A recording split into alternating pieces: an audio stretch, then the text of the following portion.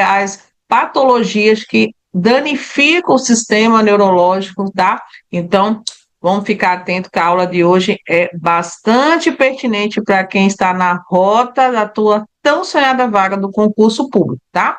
Então, bora para a aula. Então, dando seguimento, tá, ao edital, a gente vai falar sobre assistência de enfermagem ao paciente neurológico, tá? A gente vai trazer aqui para vocês a questão da linha de cuidado, tá? Do Ministério da Saúde referente ao paciente neurológico, tá? Então, vem para a aula. Bom, com relação ao exame neurológico, tá? Ele é realizado praticamente, né, pelo médico, né? Mas a enfermagem, ela atua como uma parceira, tá, na assistência, porque a gente sabe que a enfermagem, ela é cuidada 24 horas. E quando a gente pensa em paciente neurológico, a gente vai pensar que é um paciente praticamente totalmente dependente da enfermagem, tá? Então, vamos ficar aqui atentos com relação às escalas, tá? Porque elas é que vão direcionar os cuidados de enfermagem. O exame neurológico é uma avaliação clínica não invasiva que busca identificar e dimensionar transtornos que afetam o sistema neurológico. Ela é composta por uma série de testes físicos que analisam a função das estruturas responsáveis pelo funcionamento do corpo humano. Então, sabe como é importante, tá, fazer a avaliação neurológica, tá?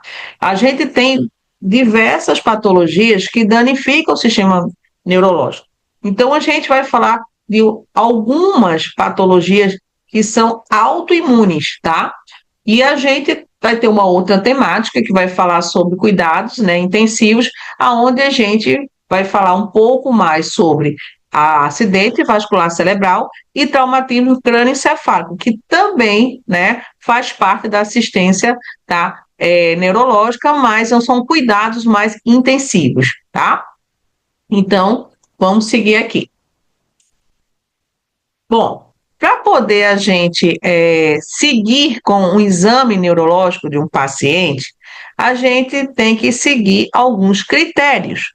E os critérios que temos é determinar o nível de consciência, avaliar esse padrão respiratório, avaliar abalos ou tremores, avaliar o déficit motor, a frequência e ritmos cardíacos, níveis tensionais e a história pregressa, extremamente importante na avaliação neurológica, né? Então, você buscar, né, informações, tá, com relação à coleta de dados, por isso que a gente aplica também muito o SAI, tá, para saber se esse paciente tem problema de hipertensão arterial, se ele é diabético, se ele já fez algum exame relacionado a alguma patologia cardíaca, se ele tem hepatopatias e assim vai. Então, é muito importante a nós, da enfermagem, né,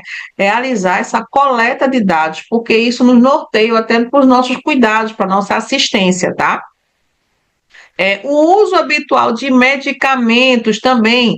Se esse paciente usa o ácido acetilsalicílico, se ele usa algum anticoagulante, algum anticonvulsivante, um benzodiazepínico, né? Vai que ele toma um diazepam, não sei. Então, é importante a enfermagem buscar essas informações assim que ele recebe esse paciente, tá?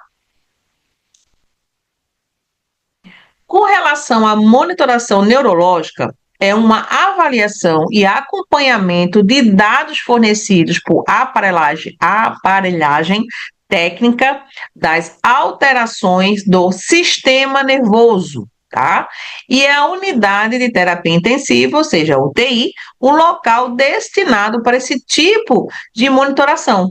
Estas unidades possuem espaço físico específico, recursos humanos especializados e instrumentais tecnológicos avançados que permitem o melhor controle de pacientes com alterações neurológicas, tá? Então, foi isso que eu falei para vocês, que nós temos, né, o paciente que precisa de cuidados intensivos, né?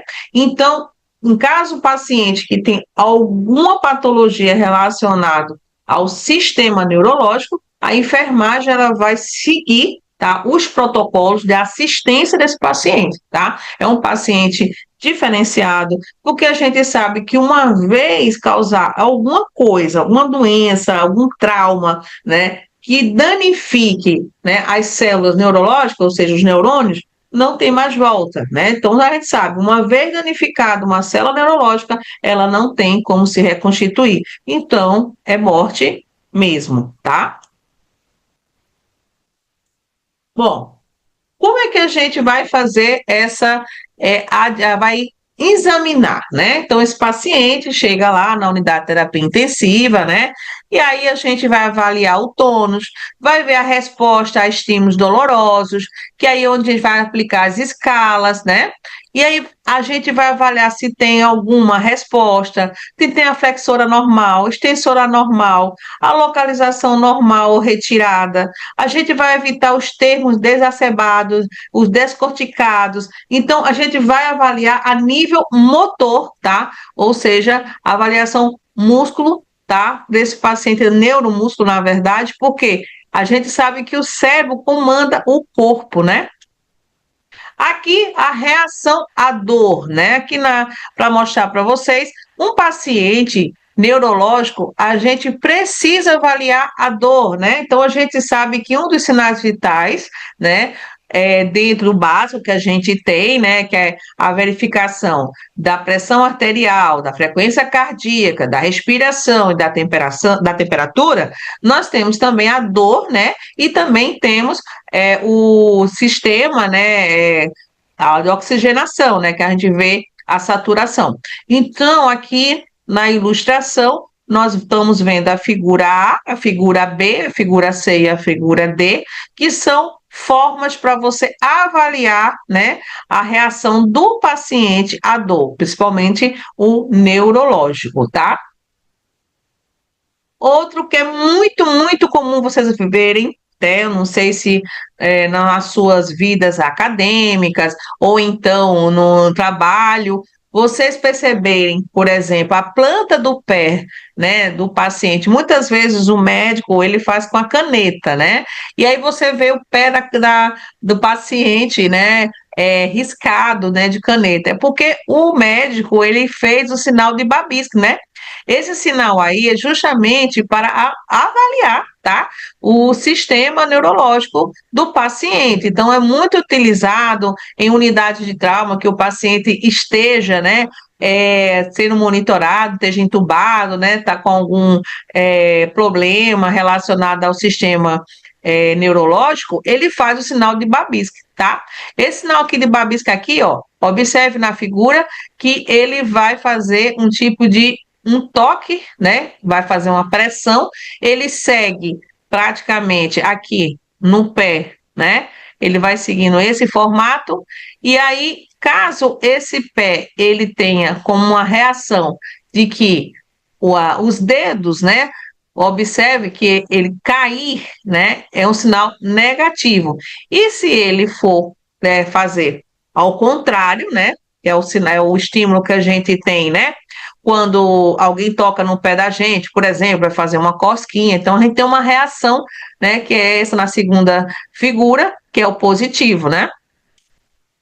Observem aqui, né, quando você tem um dano cerebral, a gente observa alguns sinais físicos desse paciente, tá? Aqui na figura, observe que quando existe um dano cerebral, né? Observe que existe uma parte do cérebro que foi danificada devido a alguma patologia, algum trauma, né? Então, se observa o pé. Olha só, existe uma queda do pé diferenciada, né? Existe como se fosse uma rotação, né? Aí nós temos aqui outro dano também, se for relacionado à base do crânio, né? Aí observe os braços, né? As mãos, como é que ficam, e os pés, tá? Então, a gente tem aonde, na terceira figura, em que o paciente, ele fica com os braços, né? esticados e as mãos, os punhos, né, para fora e os pés também ficam esticados. Então, são sinais bem clássicos que a gente observa que esses pacientes eles estão com algum distúrbio neurológico, né, causado, né, aí pode ser uma patologia ou um trauma, tá? E quando a gente avalia essa resposta motora? Bom, gente, quando você vai atender um paciente neurológico, a gente faz vários testes para avaliar esses sinais, né? Então, quando você tem uma ausência de resposta motora de qualquer estímulo, você vai pensar em trauma cervical, vai pensar na síndrome de Guillain-Barré ou então a síndrome do encarceramento, tá? Então, lembrando que o primeiro é um trauma, tá? E os outros dois, tá, são causados mais por níveis, né, de patológicos, tá? E por incrível que pareça, a Guillain-Barré é o que mais acomete pacientes com problemas neurológicos. Quando vai investigar, aí tem aí a Guillain-Barré presente, né? E a gente vai falar um pouquinho de cada uma, tá? Bom, aqui para mostrar para vocês, né, a diferença das síndromes, tá? Que são essas síndromes patológicas que acometem o sistema nervoso, tá? Então, quando a gente tem a síndrome de Guillain-Barré, né, a doença ela é considerada como autoimune. Autoimune, exatamente, autoimune, tá? Ela é uma síndrome que acomete o sistema nervoso periférico, levando à desmaliação dos nervos e fraqueza muscular progressiva ascendente, tá? Ou seja, a síndrome de Guillain-Barré ela faz o seguinte, é como se ela enganasse, né, as proteínas, né? Ou seja, ela tem uma proteína, é uma bactéria, tá? Para vocês saberem que é causada por uma bactéria, e ela é como se enganasse, entendeu? O sistema. E aí o sistema achando, o que ele vai fazer? Ele vai atacar, né, as células que são de defesa, que é nosso sistema imunológico. E aí, pensando que é algo que está causando algum dano, ela envolve, né, as células, né, principalmente da bainha de mielina. E aí o que acontece? Ela simplesmente começa a bombardear a bainha de mielina. E aí entende-se que é como se as tuas células estivessem atacando você mesmo. Por isso que doenças que são consideradas autoimunes, imagine, é você batendo em você mesmo. Então é praticamente isso que acontece com as doenças autoimunes. Elas acabam atacando as suas próprias células, né? E sabe que essa síndrome, ela causa um tipo de uma enganação no nosso sistema, né, neurológico. Nós temos o síndrome do encarceramento, tá? Que é o Loenkins clamado. Ele tem uma lesão no tronco encefálico, tem uma ponte ventral que causa paralisia completa de todos os músculos voluntários, exceto os oculares, mantendo a consciência preservada, né? Então a pessoa está lá imóvel, mexe o olhinho, entendeu? E tá lá, tá percebendo tudo, né? Não está totalmente disperso. Mas a questão é que o sistema neurológico afeta, entendeu, o músculo, tá, dos pacientes que são acometidos por essas síndromes, tá? Bom, e aí agora para vocês entenderem, né, muita gente fala, Guillain-Barré, Guillain-Barré, que causa, né, essa síndrome? Gente, é uma infecção, tá, viral ou bacteriana, veja bem. Então, uma bactéria, né, conhecida como a Campylobacter jejuni, ou então o citomegalovírus ou a Zika, tá? Lembrando que o citomegalovírus e a Zika, tem pessoas que são acometidas e não acontece nada, mas é quando esses agentes acabam, né, dando, digamos assim, passando do limite, mais ou menos, né? E aí temos a lesão, que afeta as vias córdio-espinhais e as cordonucleares, mantendo preservada a consciência e movimentos oculares vertical, né? No caso, isso aí, né? O encarceramento, né? E eles ocorrem muito mais quando o paciente tem um AVC, né? Isquêmico na ponte traumática, um traumatismo craniano, né? Uma lesão medular alta. Então, é causado praticamente por algum desajuste, alguma coisa isquêmica, por quê? Porque a gente sabe que a doença de base para um AVC uma hipertensão arterial, né, alguma diabetes, alguma coisa que vá desajustar o sistema neurológico, tá? Então, um é causado por um agente, o outro é causado, entendeu? Por traumas, né, ou então por alguma doença de base. E aí, como a Guillain-Barré, ela ataca a bainha de mielina, certo? Então, existe um bloqueio de condução nervosa. Enquanto que a síndrome de encarceramento, ela vai causar, entendeu? Uma lesão justamente na parte dos movimentos ocular vertical. E aí, o que que acontece? Na Guillain-Barré, existe uma evolução ascendente que começa dos pés e progride o tronco e face. E já a do encarceramento é um paciente consciente, mas incapaz de falar ou mover-se. Então, ele está vendo tudo, ele está ouvindo tudo, ele tudo, mas ele não se mexe por conta da síndrome do encarceramento. Então, imagina uma pessoa com um trauma, né, medular.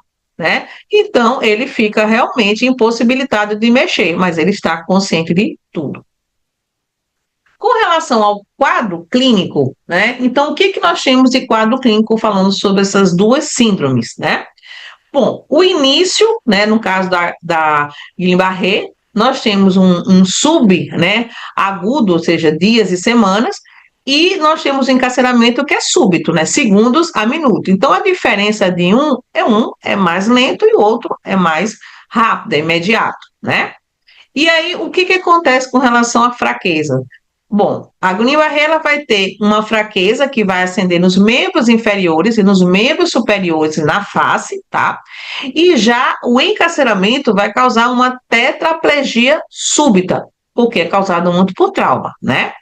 Com relação à sensibilidade, existe a preservada ou a discretamente reduzida, isso na Guillain-Barré, e não tem no encarceramento, é totalmente preservada, né? Então, olha a diferença de um e de outro, né? Com relação à consciência, ela, na Guillain-Barré, é preservada, mas no encarceramento, totalmente preservada. Com relação à comunicação, as pessoas que são acometidas com a síndrome de Guillain-Barré, ela tem uma fala prejudicada por paralisia bulbar e o encarceramento apenas com movimento ocular vertical e piscar, né? Com relação à respiração, pode haver uma suficiência respiratória, tá, na Guillain-Barré, e no encarceramento necessita de ventilação mecânica. Então, esses pacientes, eles podem vir a usar, né, uma intubação. Com relação aos reflexos, a gente sabe que o Guillain-Barré, ele causa uma arreflexia, e no caso do encarceramento, presença, mas sem movimento motor voluntário. Então, ele não tem movimento, ou seja, ele não comanda, né, os seus movimentos, tá? E aí, como é que a gente faz o diagnóstico, tá, dessas duas síndromes que acometem o sistema neurológico? Bom, no caso da síndrome de Guillain-Barré, né, de Guillain-Barré, a gente usa o líquido, né? Ou seja, faz fazer um tipo de uma coleta, né, do líquido encefaloquidiano para poder ver, porque geralmente a maioria das patologias neurológicas, elas fazem coleta do líquido encefaloraquidiano para verificar se tem alguma bactéria, né, se é causada por alguma vírus, alguma infecção, né? E aí se retira esse líquido para fazer essa análise e vai buscar justamente a citologia, se tem aumento dessas proteínas, se as células estão normais, né? Vai usar um exame de imagem, entendeu? Vai fazer uma ressonância para ver como é que está, né? Uma neuromiografia, né? Para ver como é que está esse sistema neurológico, né? Se ele foi danificado e como ele foi danificado, né? Então, a gente sabe que uma vez uma célula neurológica danificada, ela não volta atrás, é morte cerebral, né? Ou seja, elas morrem. Na síndrome do encarecimento, no encarecimento, né?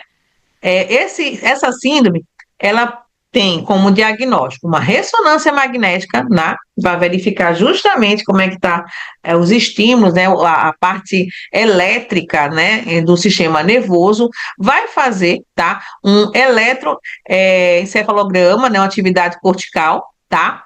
Também vai ver a questão da avaliação clínica, porque é necessário ver se tem ausência de movimentos, se os olhos estão mexendo, se ele está se comunicando, se ele faz o piscar, né, nos olhos, porque às vezes o paciente ele não fala, mas ele entende que porque ele tem a consciência preservada, e aí quando você fala, ele dá o som, fulano, você está ouvindo o que eu estou falando? Se você estiver me ouvindo, por favor, dê uma piscada. Aí o paciente pisca. Então, é sinal de que ele está com a consciência preservada. A única coisa que ele não pode é se mexer, tá? E qual seria o tratamento dessas duas síndromes, né? Então, no caso, são pacientes que ficam internados na UTI, né? Então, a gente sabe que não é paciente para ficar em bloco de forma nenhuma, tá? Então, no caso, nós temos a possibilidade, né, no suporte ventilatório, tá, do Guillain-Barré, dependendo dos sinais vitais, de ver como é que está a oximetria dele, né? Então, faz toda essa avaliação. Já no encarceramento, é a ventilação mecânica contínua, então ele vai ficar realmente entubado. E aí, nesse caso, pode-se usar, né, alguma medicação, né, e uma imunoglobulina intravenosa, tá, para poder combater essa infecção, tá? No caso do encarceramento, existe mais um controle mais hemodinâmico, ver a questão da anticoagulação, mais tratamento para a causa. Digamos que foi um AVC, fazer tratamento, vai seguir o protocolo, né, de AVC, ou melhor, vai seguir o protocolo da linha de cuidado do paciente neurológico, né? Aí também se faz a fisioterapia, reabilitação precoce, reabilitação intensa e comunicação assistida, né? Aí tem a preservação das complicações do trauma encefálico, né, vascular, tem as úlceras de pressão, gente, ou melhor, as lesões de pressão, né? Porque pacientes que estão acamados têm que estar muito cuidado, né, para não ficar essas lesões, né? A comunicação alternativa também, com piscar, uma tecnologia também assistida, né? Aquela coisa, fala, como eu falei, fulano, responda sim ou não. Aí ele vai com uma piscada, com duas piscadas, entendeu? E agora, como é que esses cuidados da enfermagem para essas duas síndromes, né, gente? Então, a enfermagem, ela tem um papel crucial para poder dar uma assistência de qualidade para esses pacientes que são acometidos por problemas neurológicos, tá? Primeiro, a gente vai fazer uma avaliação, né, da força muscular e a progressão ascendente da paralisia. A gente tem a questão de monitorar as funções respiratórias, no caso, vai ver a frequência respiratória, vai ver a saturação, vai ver isso tudo para avaliar a capacidade vital também, né?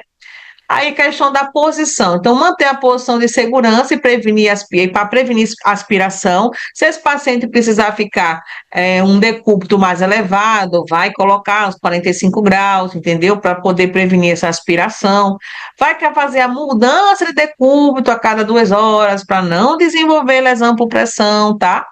Vai apoiar emocionalmente paciente, família, entendeu? Vai monitorar sinais autônomos como taquicardia, arritmia, hipotensão. Então, a enfermagem, além de for fazer a parte medicamentosa, ou seja, administrar medicamento, fazer a higiene, né? Porque é um paciente que é totalmente dependente da enfermagem, né? Além disso, também tem os cuidados com relação à mudança de decúbito, tem a questão da humanização, né, do apoio e observar os sinais vitais, que qualquer mudança que venha a ter, com certeza deve ser comunicado ao médico assistencial para ver qual conduta irá tomar. Com relação à síndrome do encarceramento, como a gente sabe que esses pacientes eles estão entubados, então a enfermagem deve manter essas vias aéreas e a ventilação mecânica. Como assim manter essas vias aéreas? Bom, a gente sabe que tanto na unidade de terapia intensiva, os fisioterapeutas, eles é que fazem essa questão de manter as vias aéreas, ou seja, fazer a aspiração, tá? Mas isso não impede da enfermagem fazer também a aspiração. Pode ser uma aspiração oro, pode ser uma aspiração da traqueostomia, ou então tem a questão do tubo, dependendo de como ele vai estar, né, lá na unidade de terapia intensiva, tá? Com relação à ventilação mecânica, ficar atento à questão da monitoração cardíaca, verificar a saturação, né? Verificar justamente se o carrinho, né, da lá do respirador, se ele está tudo bem, entendeu? Se não tem nenhuma coisa que possa, digamos, impedir, né, que esse paciente tenha essa ventilação assistida adequada, né? Evitar as lesões por pressão, porque úlcera aqui é uma lesão por pressão, tá?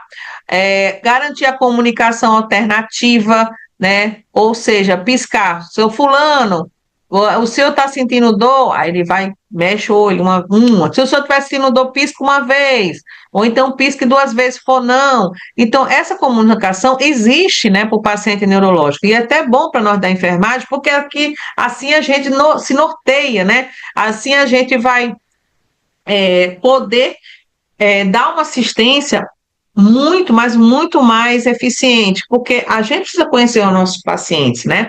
Então, imagine um paciente que esteja lá na UTI, paciente que está totalmente dependendo da enfermagem, e a única forma dele se comunicar é piscar os olhos. Então, né? Então, imagine o cuidado que a gente tem que ter com esses pacientes. Com relação a manter um ambiente calmo e imunizado, com certeza, né? É avaliar a nutrição enteral e a hidratação, extremamente importante desses pacientes que estão, eles são pacientes acamados, né? Registrar cuidadosamente sinais de consciência e resposta ocular. Então, a gente, além de fazer todos os cuidados, a gente tem as escalas, tá, gente? Não vamos esquecer das escalas. Então, a gente vai falar um pouco dessas escalas. Pode ser que escalas que vocês não conheciam, além de a gente muito conhece mais a escala de Glasgow, nós temos a escala também de Aldrich-Cooley, que fica justamente na, na no no centro cirúrgico, né, que também é uma avaliação neurológica, mas é muito utilizado, mas a escala de Glasgow todo mundo conhece, mas tem outras escalas que a gente vai conhecer aqui, tá? Então, bora para cima. Bom, com relação ao diagnóstico de enfermagem, né, fazendo já o SAI, o que assistência de enfermagem a gente poderia prestar para esses pacientes neurológicos, tá? Bom, no diagnóstico de enfermagem, no NANDA 1, a gente tem o seguinte: diagnóstico, risco de aspiração, modalidade física prejudicada, comunicação verbal prejudicada, risco de integridade da pele prejudicada, ansiedade e medo, né, do paciente consciente, né? E quais são as intervenções da enfermagem? Bom, nós tem que manter a cabeceira elevada, em torno de 30, 45, dependendo, tá? Dependendo do caso. Vigilância respiratória, aspirar orotraqueal quando necessário. Vai a questão da fisioterapia, mudança de decúbito, exercícios passivos, com relação à comunicação alternativa, às vezes o uso de pranchas ou movimentos oculares, né? Avaliar a pele, hidratar, reposicionar regularmente, né? Tem a questão da escuta terapêutica, envolvimento familiar. Então, esses são os cuidados da enfermagem com relação no diagnóstico, tá? Que deve ser realizado no paciente neurológico. E qual o prognóstico dessa síndrome, né? Bom, na Guillain-Barré, ela tem uma melhora gradual em semanas ou meses, né? 80% dos pacientes se recuperam totalmente, tá? E já no encarceramento, o prognóstico é reservado. Então, vai dependência total do suporte vital, embora a consciência permaneça preservada, né? Ou seja, é um paciente que vai ficar com sequelas, tá? E aqui, só para poder vocês entenderem um pouco da síndrome de Guillain-Barré, por quê? Eu trago aqui para vocês quais são os agentes, né, causadores. É interessante trazer a relação desses agentes para você perceber que é uma infecção que acomete praticamente o mundo, né? Pessoas que relatam essa síndrome, geralmente está acometido por algum agente infeccioso, né?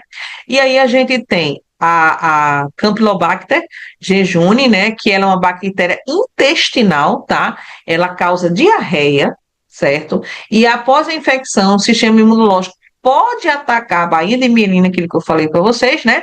e dos nervos periféricos, provocando a fraqueza ascendente, né? E aí tem um principal agente causador do mundo, ou seja, se hoje vocês ver epidemiologicamente falando, algum paciente que tem algum distúrbio neurológico e que esteja acometido pela síndrome de Guillain-Barré, muitas das vezes é causado por essa bactéria, tá?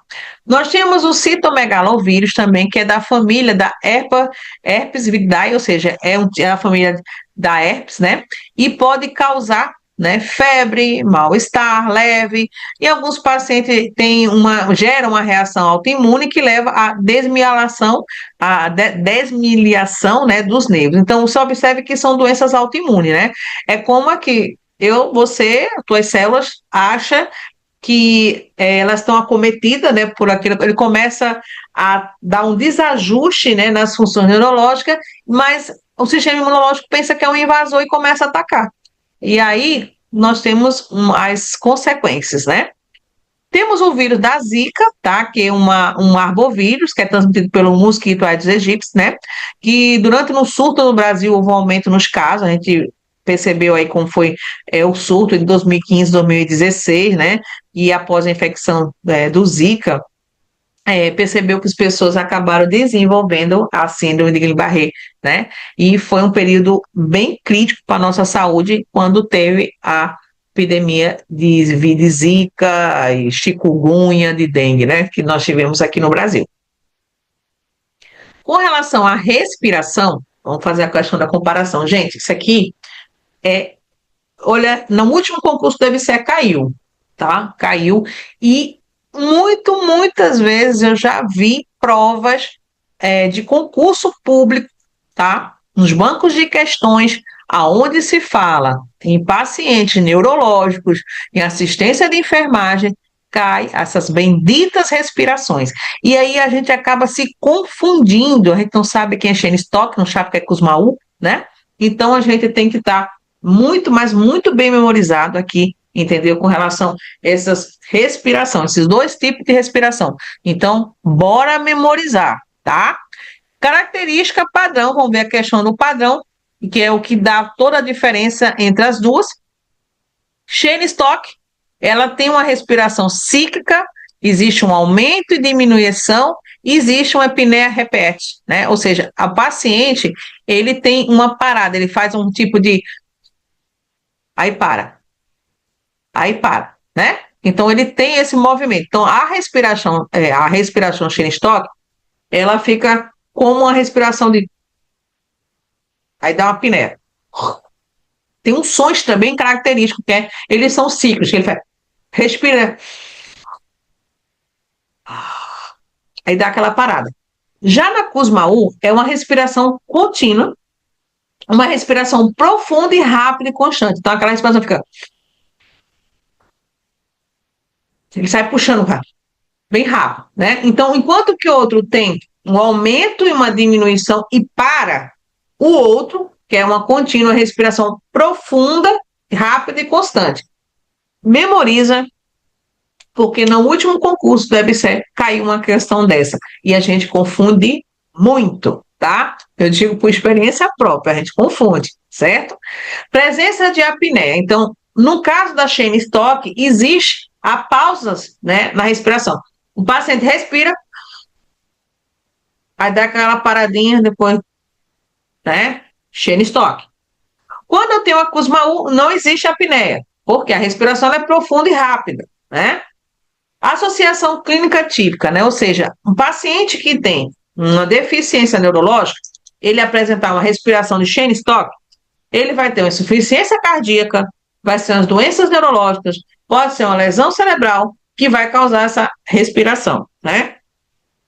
Pacientes também terminais, né? Ou seja, pacientes oncológicos, tá? Muitas das vezes quando eles estão já, né, entrando em morte, né? Eles muitas vezes apresentam a respiração do Shane Stock, que é aquela respiração, aí dá aquela parada, aí dá aquela parada. Aí, esse é o som que é característico da respiração do Shane Stock. Quando é de Kussmaul, é quando paciente, né, tem, além da acidose metabólica, que pode causar, como exemplo, uma cetoacidose diabética, ele já tem uma respiração profunda. Entendeu? Esse movimento que faz. Aí, a respiração cheia de estoque, tá? Quando a questão do mecanismo, então, a oscilação da ventilação em resposta aos níveis de gás sanguíneo, né, que é um feedback bem estável, e no caso do Kussmaul, existe uma resposta compensatória, né, porque para reduzir o CO2 e corrigir a acidose, né? Então, é a questão que o paciente, ele tem essa troca, né, prejudicada, né, no caso da Kussmaul. E até a respiração profunda, bem rápida, constante, porque é uma resposta bem compensatória, porque ele quer tentar reduzir o CO2. A gente sabe que o CO2 é um gás que é prejudicial para o nosso sistema respiratório. É aquela coisa, respira e expira. Então, a gente expira oxigênio e expira CO2. Então, quando você não tem uma troca prejudicada, o que, que acontece? O paciente ele está mais tá aspirando menos NO2 e está aspirando mais CO2. O que, que vai acontecer? Vai faltar oxigênio para a célula, vai faltar. Esse oxigênio acaba prejudicando quem? O sistema neurológico. E a gente sabe que faltar oxigênio para o cérebro da gente é questão ó, de segundos, já começa a prejudicar. A partir de 1 minuto já está o negócio ficando complicado. Chegou a 4, nossa, já está tendo morte, entendeu? Dos neurônios. Então, por isso que a respiração é extremamente importante para o paciente neurológico, tá, gente? Bom,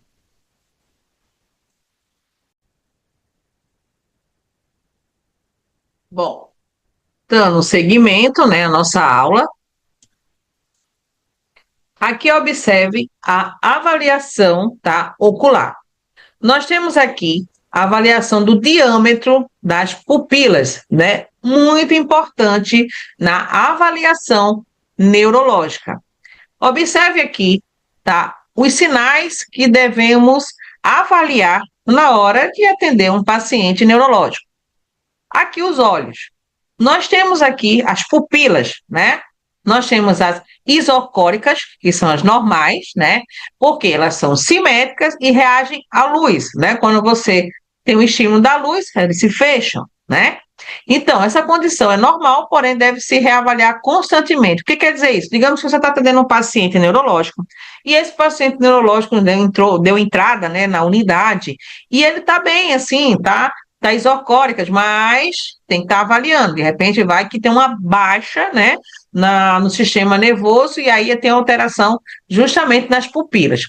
Eu vou olhar aqui a miose, que ambas estão contraídas sem a reação à luz, né? Ou seja, essas pupilas já estão contraídas, não tem nenhum estímulo da luz para fazer elas se contrair.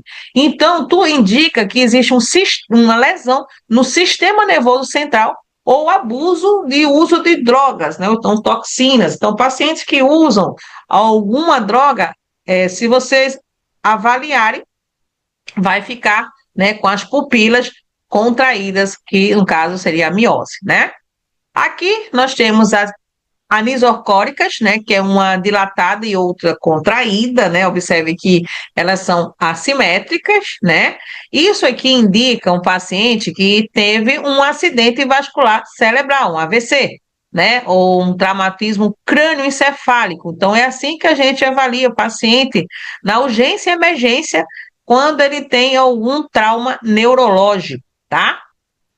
Aqui, no último, nós temos a midríase, então, quando as pupilas estão dilatadas, tá? Ou seja, no ambiente com pouca luz, existe uma anóxia ou então uma hipóxia severa, uma inconsciência, um estado de choque, uma parada cardíaca, uma hemorragia ou também um trauma crânioencefálico. Então, a gente tem aqui as pupilas, tá? Que é muito importante vocês avaliarem este paciente que é submetido, né, a uma assistência neurológica. Agora chegou, né, a escala de Coma, né, de Glasgow. Gente, isso aqui sempre tem uma questãozinha dessa daqui na prova, tá? No WebSer, pelo menos, ele gosta muito de explorar. Apesar que no último concurso não caiu tanto urgência e emergência, mas não vamos achar que não vai cair de novo, né? O que que vocês têm que aprender? Memorizar. Então, tem que memorizar, né? Então, essa memorização é necessária, por quê? Porque você tem um score, né? Lá na tua prova vai ter um caso clínico, e aí ele vai dizer no meio desse caso clínico o que que fulano está apresentando. E aí você vai ter que separar cada variável dessa, né? E aí vai pontuar. Você vai anotar a pontuação. Por isso que tem que memorizar, tá? O score, né, deles. Então, vamos aqui. Primeiro nós vamos avaliar, né, três coisas além do ocular que entrou depois, tá? Nós temos a abertura ocular. Essa abertura ocular, ela está dividida em espontânea, né? A voz, a dor ou pressão, né? No caso, pressão atual, aquilo que a gente viu, né? Nenhuma ou não, no caso aqui, a gente coloca aqui, não se aplica, né? O NT não detectada, como se realmente não tem como realizar esse teste, tá? De repente, um paciente que tem um trauma de fácil, não tem, né? Não tem como avaliar, né? Aí nós temos aqui a espontânea, ela tem um score de 4 pontos, né? Com abertura ocular. Então, ele abre os olhos sem precisar você chamar ele, né? Ele está ali, você está lá, você passa por ele, ele abre o olho, ele te segue. Então, é espontâneo. Esse score está 4, beleza. E aí eu tenho aqui, né, a voz. O que seria a voz? Abertura ocular. Seu João, abre os olhos. Ele vai e abre os olhos, né? Aí o outro. A dor, pressão. Então, você pressiona o olho, né? A abertura ocular, ele abre. E o nenhuma, tá? Já é um, né? Então, ele está realmente bem comprometido, né? Quando tem a resposta verbal, entendeu? Então, a questão da orientada, né? Confusa, palavras inapropriadas, palavras incompreensíveis e nenhuma, né? Então, isso é muito importante a gente avaliar. Então, quando ele não tem nenhuma, né? Nenhuma mesmo, é praticamente um. Então, um paciente que tem os três, né? Essas três variáveis, que coloca um, por exemplo, abertura ocular, nenhuma, um. Resposta verbal, nenhuma, um. Resposta motora, nenhuma, um. Então, o total mínimo é 3. Esse paciente está muito grave, tá? Com relação ao seu comprometimento neurológico, né? Aí, muitas vezes, tem questão assim, pergunta, qual é o total máximo, né, da numeração, né, da escala de coma de Glasgow. Aí você tem lá, é 12, é 13, às vezes confunde com outra escala, mas não vão esquecer, limite máximo é 15, tá? E aí a intubação seria o seguinte, ou seja, paciente que tiver abaixo de 8, ele é um paciente que precisa de cuidados, né, bem intensivos, tá? Nós temos também uma outra avaliação, além da escala, está dentro da escala de Glasgow, que é que ela é uma atualização um pouco recente, tá? Nós temos aquela avaliação da reatividade pupilar, né? Ou seja, essa avaliação da reatividade pupilar é uma parte importante do exame neurológico e é frequentemente realizada para avaliar a função do sistema nervoso autônomo e a integridade cerebral. A avaliação da reatividade pupilar geralmente envolve a exposição da luz diretamente das pupilas e a observação da resposta das pupilas a essa luz, tá? E aí nós temos aqui, qual seria? Nós temos a bilateral, a unilateral e a inexistente, né? Ou seja, pode ter uma pontuação, tá? E a bilateral é 0, a unilateral é -1, a inexistente é -2. Então, aqui é uma pontuação diferenciada, tá? Nesse caso aqui, né, o 0 é bom, né? Não é ruim, diferente da escala de Glasgow, tá, gente? Tá, para você não confundir, tá bom? Quando é só um lado do olho, é -1. Quando é os dois, né, praticamente, é -2. Então, aqui o sinal negativo não é bom, tá? Então, o paciente tem que dar 0 na pontuação nessa avaliação da reatividade pupilar. Bom, como é que é feita essa pontuação? Então, após você fazer a avaliação da pontuação de todos esses critérios, existe uma fórmula que a gente aplica, tá? Que praticamente é a soma de tudo, né? Como tem a pontuação final. Então, a abertura ocular, ela varia de 1 a 4, resposta verbal. Uma dica que a gente dá para vocês assim, pega essas três aberturas, vocês olha só, para ficar melhor para vocês memorizar. Vocês vão pegar, pode até fazer até um mapa mental, vocês mesmos. Fazer uma abertura ocular de 1 a 4. Resposta verbal de 1 a 5. Resposta motora de 1 a 6. Então, na hora da prova, quando tiver uma questão da escala de Glasgow, já deixa de lado essa tabelinha, porque é fácil de você memorizar, tá? Então, você colocando abertura ocular de 1 a 4, resposta verbal 1 a 5 e a resposta motora de 1 a 6, então você observa 4, 5 e 6, né? Um vai ser igual para todos, tá? Um vai ser igual, tanto para a abertura ocular, como para a resposta verbal e como para a resposta motora. Então, você coloca lá os três, um embaixo do outro, né? Aí você coloca até essa pontuação, até quando todos vai colocar um, tá certo? Aí você coloca abertura ocular, que é o primeiro, 4. Aí você, resposta verbal, 5. Aí você, resposta motora, 6. Aí você vai ter de 1 a 4, de 1 a 5 e de 1 a 6. Aí você, né, já sabe que quando for fazer essa avaliação, na hora da soma, para você não perder os pontos, que é isso que a banca pega você. É na hora da soma, ou seja, somou errado, perdeu questão, tá? E a atividade popular de 0 a 2, certo? E aí, quando você faz, você conta, né, essa pontuação, esse score, aí você tem a classificação, a faixa de pontos. Então, tá. Se esse paciente ele tiver de 13 a 15, né, a pontuação, somando tudo, tá? Então, tá com trauma leve. Conduta, observação e vigília. Mas digamos que esse paciente está entre 9 e 12, né? Então, é um trauma moderado. Tem que ter uma monitoração aí, ó, intensa. Agora, se ele tiver igual ou menor, né? Igual ou menor de 8, é trauma grave, necessita de estar entubado. Então, esse paciente ele tá entubado para restabelecer ele, né? E voltar, né? Quem sabe, né? A questão neurológica. Então, muitas vezes a gente avalia o paciente quando ele tem algum dano cerebral utilizando a escala de Glasgow, tá? Então, vamos ficar esperto aí na hora da prova. Então, pegou a dica, tá? Já faz assim, ó, abertura ocular, resposta verbal e resposta motora.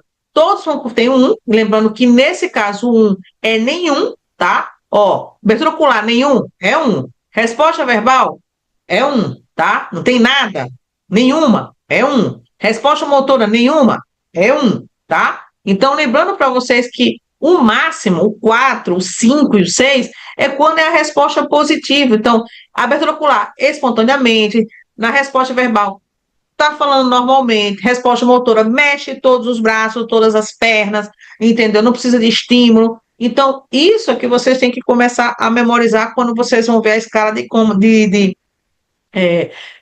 Glasgow, tá? Então, fica essa dica aqui, tá? Para vocês não se perder na hora da prova, tá? Vamos seguir. Bom, aqui, né? Vamos lá. Bom, aqui, só continuando aqui, acho que foi a questão do slide, né? Repetindo aqui. Ah, aqui. Nesse aqui tem um resumo, né? Então, aqui tem um resumo bacana, tá? Que vocês também podem memorizar, tá certo? Olha só, na abertura ocular, você tem espontâneo, é 4, né? A voz é 3, a dor é 2, nenhuma é 1, né? Resposta verbal orientada, 5, confusa, 4, fala inapropriada, 3, fala incompreensível, 2, nenhum, 1, como eu falei, né? Resposta motora obedece aos comandos, aquela coisa assim, seu João, mexe o pé, mexe a mão, né? Ou então ele só mexe localizar a dor, localizar, tá doendo, tá? Onde é que tá doendo? Aí ele mostra, né? Movimento de retirada, então ele fica mexendo, retira a perna, né? O pé, alguma coisa, flexão normal, uma extensão anormal, nenhuma. E a resposta pupilar, que aí a gente sabe que nenhuma é 2, é menos 2, tá?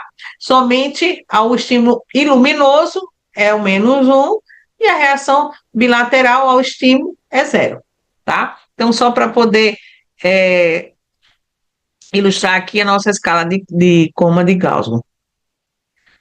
Aqui para ficar mais fácil para vocês memorizar, entendeu?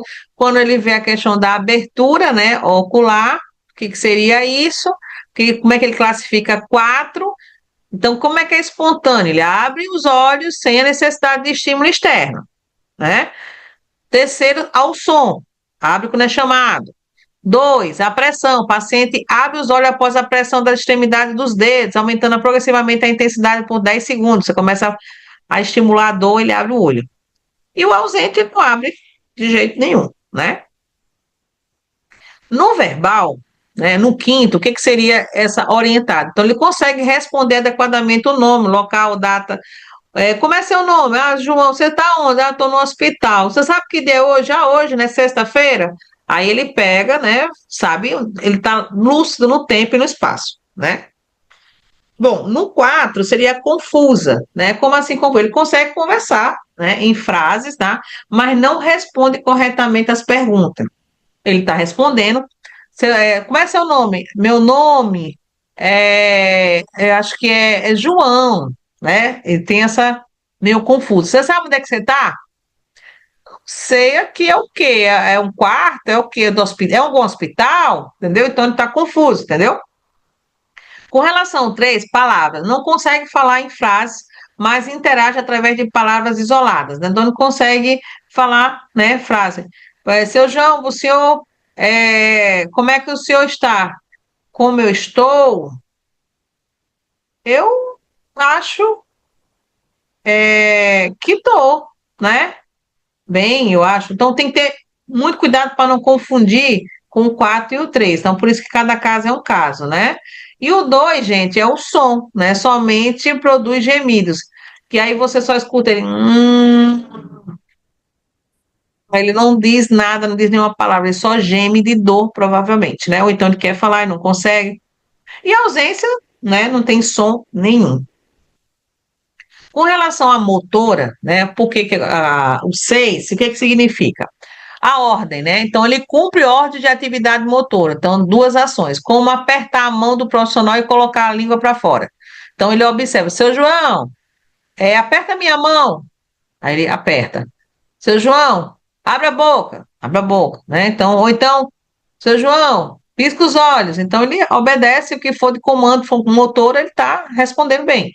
Quando é localizada, então eleva a mão acima do nível da curvatura em uma tentativa de interromper o estímulo durante o pinçamento do trapézio ou uma circunsura supraorbitária. Ou seja, quando ele não recebe a ordem, aí vai ser um estímulo motor local. Então, o profissional acaba mexendo, por exemplo, no ombro, né? Assim, bem aqui, ele vai fazer um pinçamento no trapézio. Aí a mão dele vem, né? Ele vem de encontro porque ele está sendo estimulado, tá? No quarto, existe uma flexão anormal, ou seja, a mão não alcança a fonte do estímulo. Ele está lá, por exemplo, sentindo a pressão, mas a mão não chega até lá para poder impedir esse incômodo, né? E aí, mais há uma reflexão rápida do braço ao nível do cotovelo em direção externa ao corpo. Então, ele consegue se mover, mas não chega até o final. Quando tem uma flexão anormal, a mão não alcança a fonte do estímulo, mas há uma flexão lenta do braço na direção interna do corpo. Então, ele chega, ele faz um sinal que quer, mas não consegue, né? E a extensão, há uma extensão do braço ao nível do cotovelo. Então, ele chega a ter uma extensão ali, né, parada praticamente, e a ausência, né, não tem resposta nenhuma, né? Tanto membro superior como um membro inferior, né?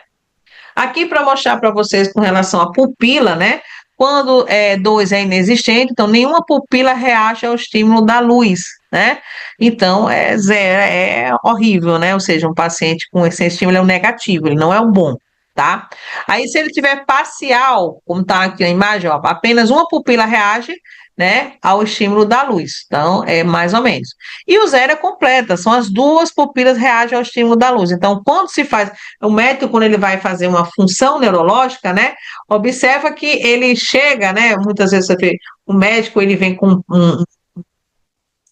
um tipo de uma lanterninha pequenininha, né, e ele vai avaliar justamente, né, os olhos. Ele vai colocar lá e ele vai observar. Então, gente, um dos sinais extremamente importante para ver algum trauma neurológico é a pupila, tá? Então, a pupila, ela entrou na escala de Glasgow, foi em 2000, a partir de 2018, né?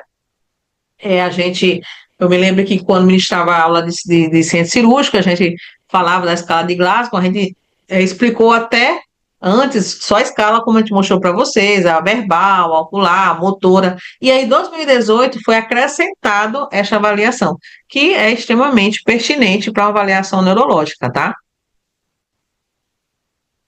Bom, aqui mostrando para vocês os 5 passos para utilizar a escala de Glasgow, tá? A escala de coma de Glasgow corretamente. Então, vamos prestar atenção, profissionais de saúde, enfermeiros, técnicos, tá?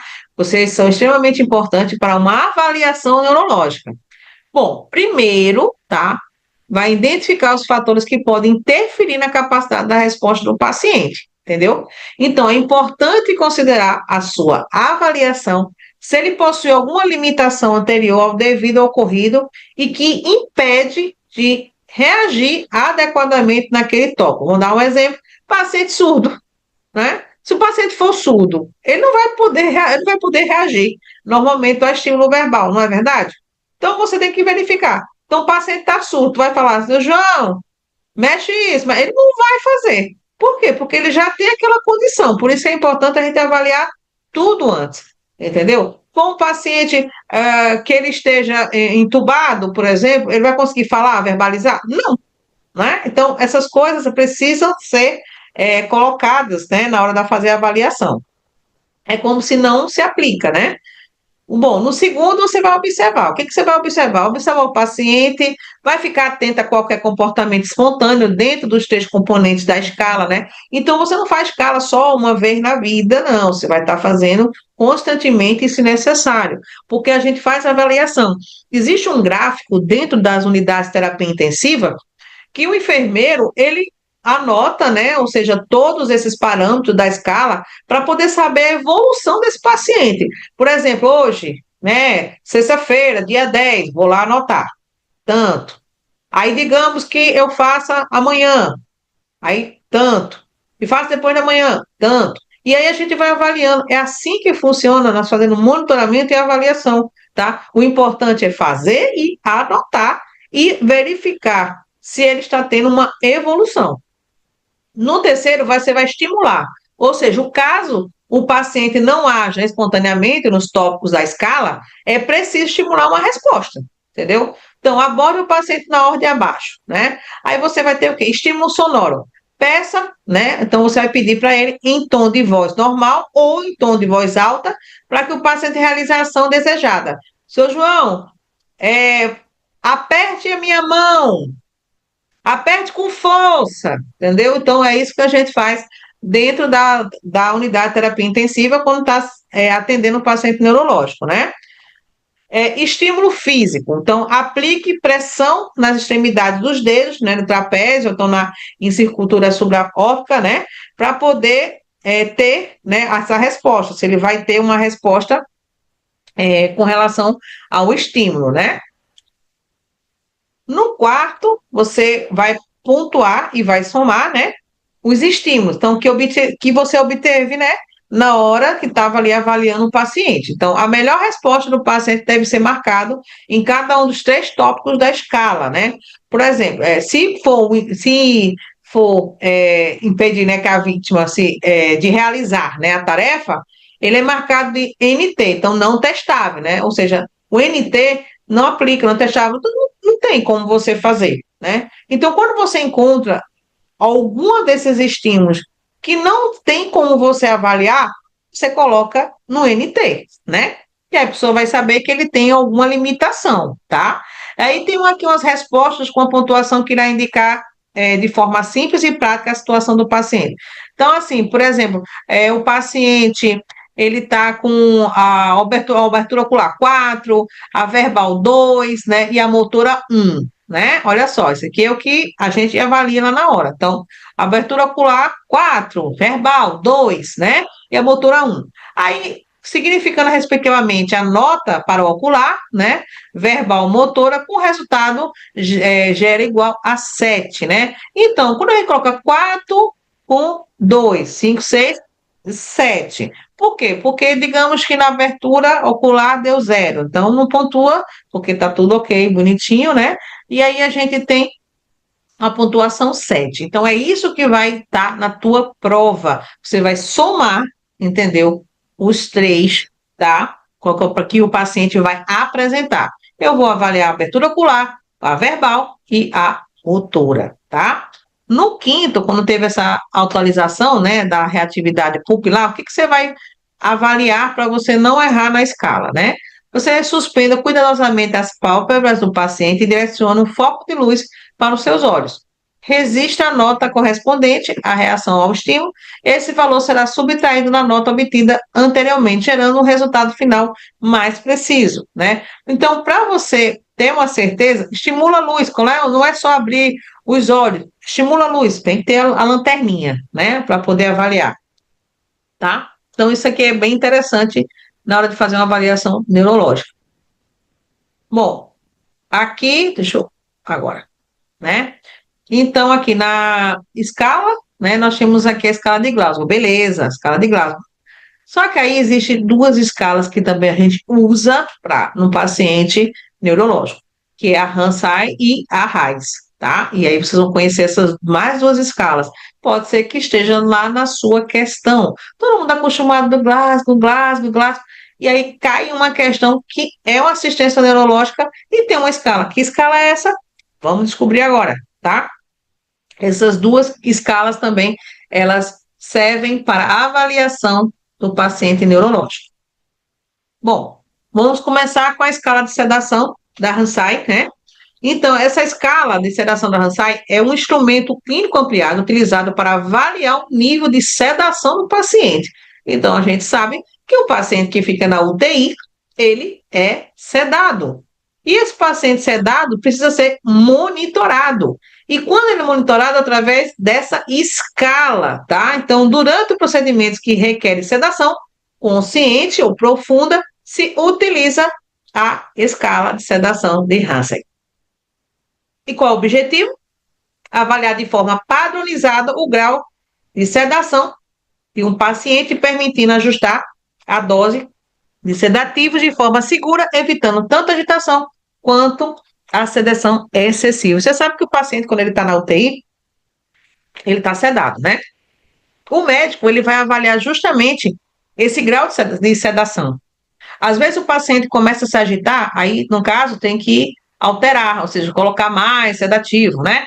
Aí, digamos que ele, ou então está demais, ele está muito letárgico, pega, diminui mais o sedativo. Então, precisa fazer esse monitoramento para poder chegar num equilíbrio, né? Ou seja, nem mais e nem menos. Então, por isso que a gente usa a escala de sedação da Hansai. Observe aqui essa descrição dessa escala, né? Que ela se divide em 6 níveis. E aí você, profissional de enfermagem, vai observar como é que está esse paciente sedado, né? E aí tem uma descrição bem clínica, tá? Se esse paciente, ele está muito ansioso, agitado ou inquieto, a gente tem o nível 1. O nível 2 é um paciente cooperativo, orientado e tranquilo. O 3, o paciente responde apenas a comando. O 4, o paciente apresenta resposta rápida a estímulos, né? O glambear, batida na testa, o estímulo sonoro forte.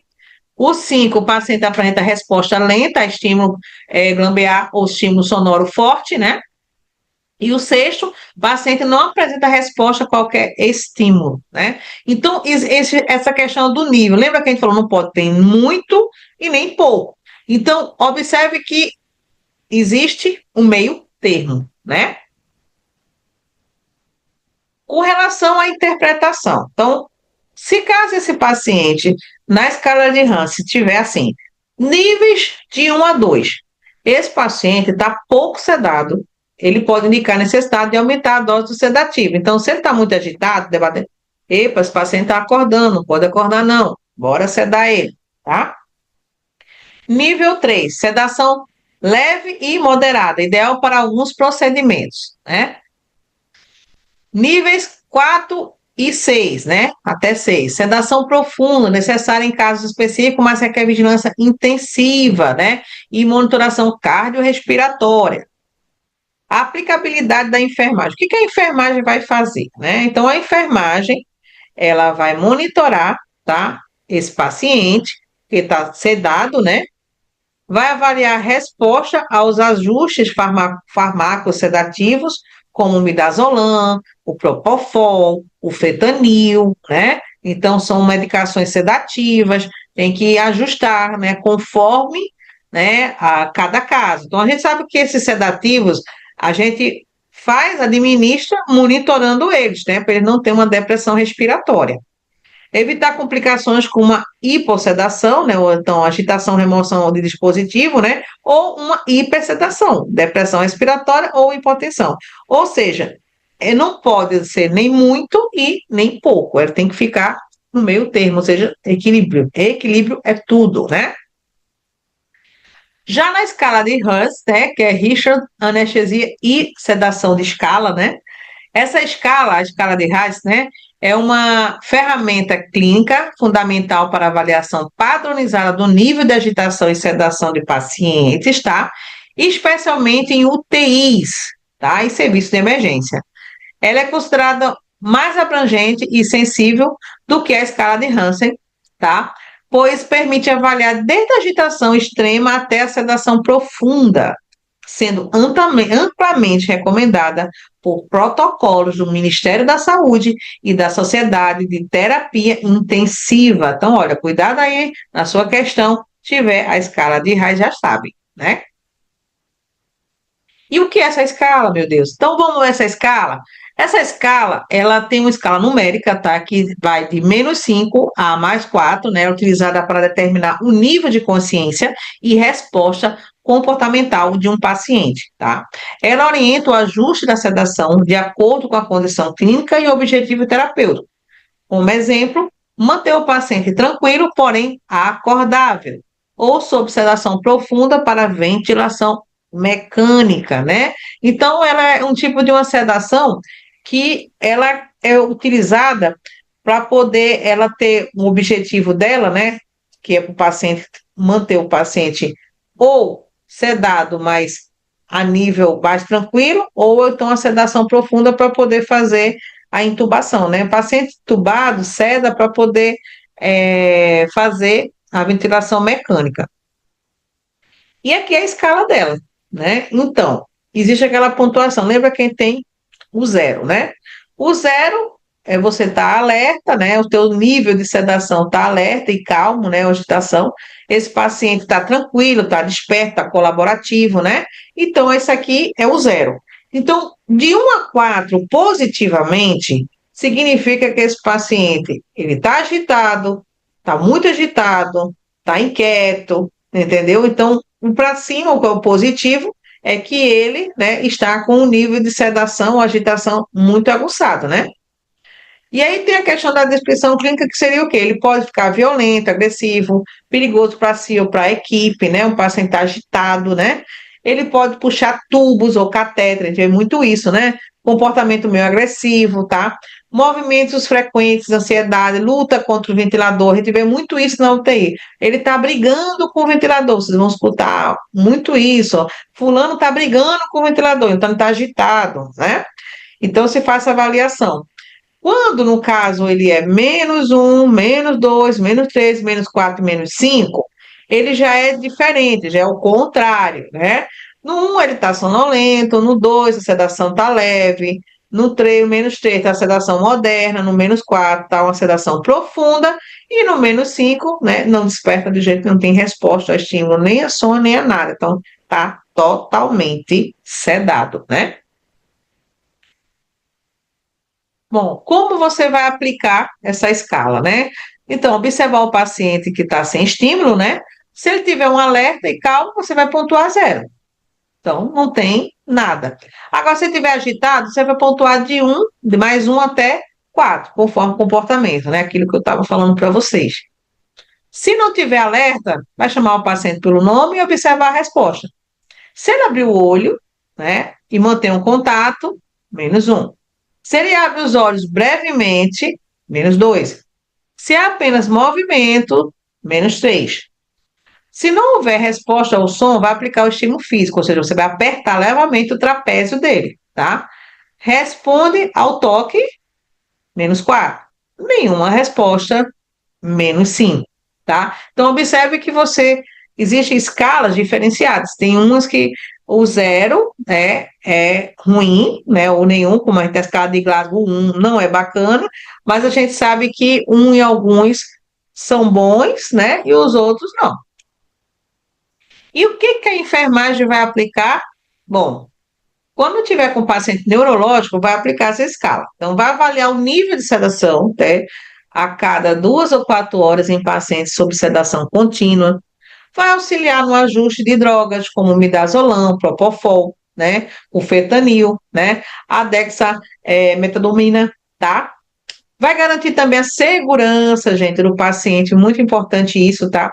Você deve evitar tanto a hipossedação, porque o risco de autoextubação. O que acontece isso? O paciente, quando ele está com hipossedação, ele começa a voltar o seu nível de consciência. E aí, quando ele volta o nível de consciência, ele fica aperreado. Então, imagine você, tá lá, na UTI, né?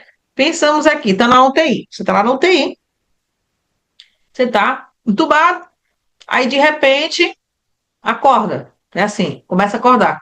Aí você vê aquele negócio lá, né? Na tua boca, aquele tubo na garganta, você começa a ficar o quê? Agoniado. Se você tiver com uma sonda, vai ficar agoniado, né? E você vai começar a se debater, começar a ficar agitado. E a primeira coisa que você vai fazer é extubação, né? Ou seja, ele vai querer puxar tudo, né? Isso é reativo, isso é ação, praticamente é o estímulo que ele está tendo ali porque ele está incomodando. E aí, quando se vê que esse balanço ele ter essa hipossedação, ele dá sinais. Então, você já começa a ver ele se mexer, né, no leito, começa a se mexer, opa, fulano tá se mexendo, bora ver a sedação dele. Aí você vai ouvir o médico dizer, aumenta a sedação, né? Aí por quê? Porque ele já está começando a dar sinais que ele está saindo da sedação, e que não é, por enquanto, não é bacana. Ele precisa estar ainda sedado para poder restabelecer principalmente o sistema neurológico e o sistema respiratório, tá? Quanto à hipersedação, risco de depressão respiratória, por quê? O paciente, quando ele está muito sedado, ele tem uma depressão respiratória, é como se o cérebro esquecesse de respirar, né? Não é à toa que, por exemplo, quando você vai fazer uma cirurgia, que precisa ter uma anestesia geral, né? O anestesista ele vai entubar você, ele vai sedar você, para poder, né? Ele primeiro vai te sedar para poder ele entubar. E aí ele vai ter lá o respirador. O respirador vai ser a função do pulmão, porque o teu cérebro, ele não tem mais comando, então ele esquece de respirar. E o que acontece? Aí esse paciente acaba tendo uma depressão respiratória, não é? Então, o que seria uma depressão? Começa o nível de oxigênio, começar a cair dentro, né, do sistema nervoso. Então, oxigênio, e como é que a gente avalia isso na hora de um paciente, ou no centro cirúrgico, ou na unidade de trauma, ou na unidade de terapia intensiva? A gente avalia com oxímetro de pulso, que é justamente um dos 6 sinais que a gente avalia um paciente, além da frequência cardíaca, do pulso, da pressão arterial, e isso também é o verificador. A gente colocar um oxímetro de pulso para aliviar a oxigenoterapia dele, ou seja, oxigênio, né, no sangue, é extremamente importante para o paciente neurológico. Porque se ele está sedado, eu preciso avaliar justamente se ele está tendo uma hipo ou uma hipersedação. Por isso que quando o paciente está com problemas neurológicos, além do monitoramento, se ele está entubado, o oxímetro de pulso é extremamente importante. Então, tem que ter cuidado quando a enfermagem acoplar direitinho, entendeu? No dedo, geralmente a gente usa o dedo indicador, né? Verificar se tem algum obstáculo, por exemplo, mulheres, tem as unhas estão pintadas, tem que remover o esmalte para não ter nenhuma falha, né, nesse contato, porque é necessário para avaliar, né? E a gente sabe como foi tão importante, né, a fazer a avaliação do oxigênio no sangue através de oxímetro de pulso, que cada um tem, né? Por conta da Covid-19. Então, dentro da UTI, dentro da unidade de trauma, e muitas vezes está se usando essa prática na enfermagem, é avaliar justamente, né, a oxigenação, tá? Na corrente sanguínea, que é o oxímetro de pulso. Então, lembrem, quando o paciente está hipersedação, depressão respiratória. Uma hiper, ele vai dar uma.